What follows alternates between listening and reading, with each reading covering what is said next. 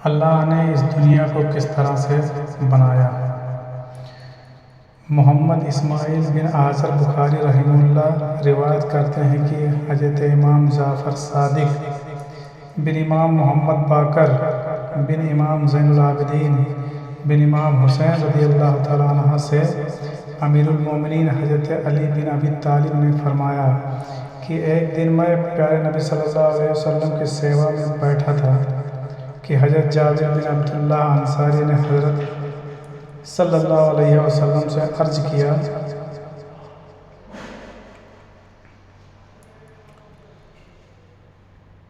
اے اللہ کے رسول صلی اللہ علیہ وسلم، میرے ماں باپ آپ پر قربان۔ فرمایا کہ اللہ تعالیٰ نے سب سے پہلے کس چیز کو پیدا کیا؟ اللہ کے پیارے نبی نے فرمایا، تمام چیزوں سے پہلے اس خالق نے میرا نور پیدا کیا، پھر 1000 برس تک میرا نور اللہ کی قدرت سے اس کی بڑائی دیکھنے اور اس کی تسبیح اور سجدے میں لگا رہا۔ ابن عباس کی روایت ہے کہ وہ نور محمدی 12000 سال تک خدا کی عبادت میں لگا رہا۔ پھر اللہ تعالیٰ نے اس نور سے ایک موتی پیدا کیا، اس موتی پر اپنی جلالی نظر ڈالی تو وہ موتی اللہ کے روح کے اثر سے پانی پانی ہو گیا، پھر 1000 برس تک بہتا رہا۔ بعد میں اللہ نے اس کے 10 حصے کیے، پہلے حصے سے عرش بنا، اس کے 4000 ستون کیے، ایک ستون سے دوسرے ستون تک 4000 برس کی راہ ہے۔ اس کے بعد 4 فرشتے پیدا کیے،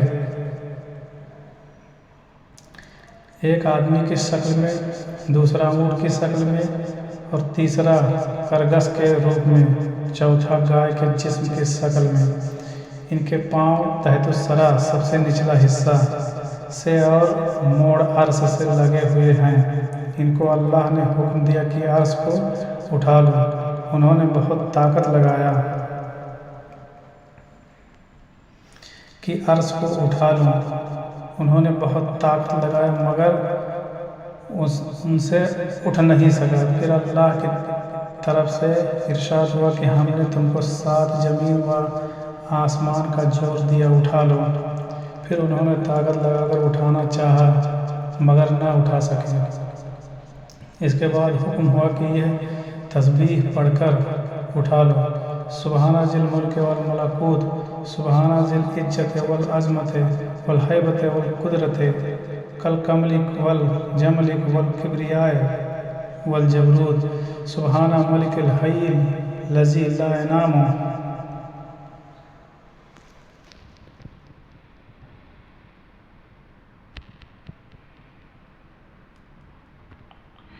ولا يموت سبوح قدوس ربنا ورب الملائکات والروح۔ جب فرشتوں نے یہ تسبیح پڑھی، اللہ کی قدرت سے عرش اٹھا لیا۔ نمبر 2، دوسرے حصے سے قلم بنایا، اس کی لمبائی 500 سال راہ کی اور چوڑائی 40 سال راہ کی ہے۔ نمبر 3، تیسرے حصے سے لوہے محفوظ حفاظت کی ہوئی تختی بنایا، اس کی اونچائی 100 سال کی اور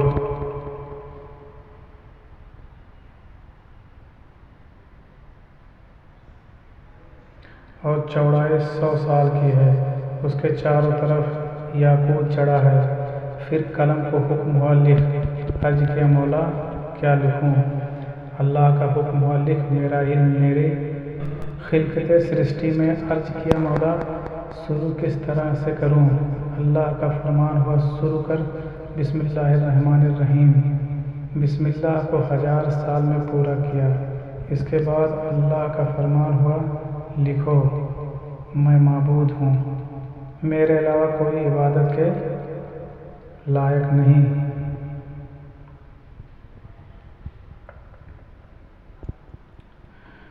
محمد میرے رسول ہیں، جس نے میرے فیصلے پر بھروسہ کیا، میری بھیجی مصیبت پر صبر کیا، میری نعمتوں پر شکر کیا اور میرے حکم پر راضی ہوا، اور میرے سب نبیوں میں سب سے افضل اور بڑھ کر ہوگا، میرا محبوب ہوگا، میں اس کے صدقے میں گنہگاروں کی بخشش کروں گا۔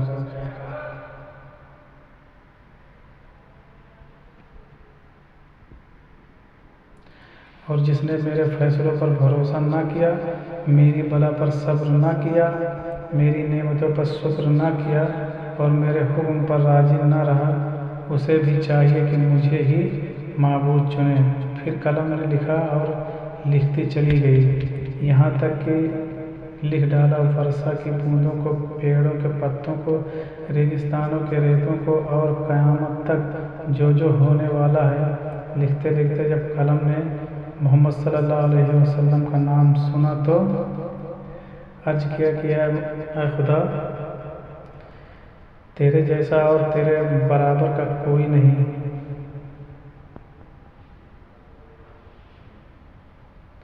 پھر یہ کس بزرگ کا نام ہے؟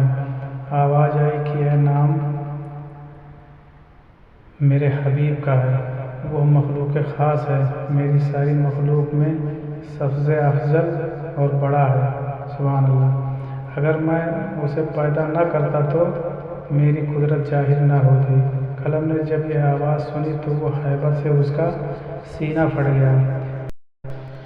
روایت کیا جاتا ہے کہ لوح حرکت میں آئی کہ میرے جیسا کوئی نہیں ہے، کیونکہ مجھ پر خدائے علم لکھا گیا ہے۔ آواز آئی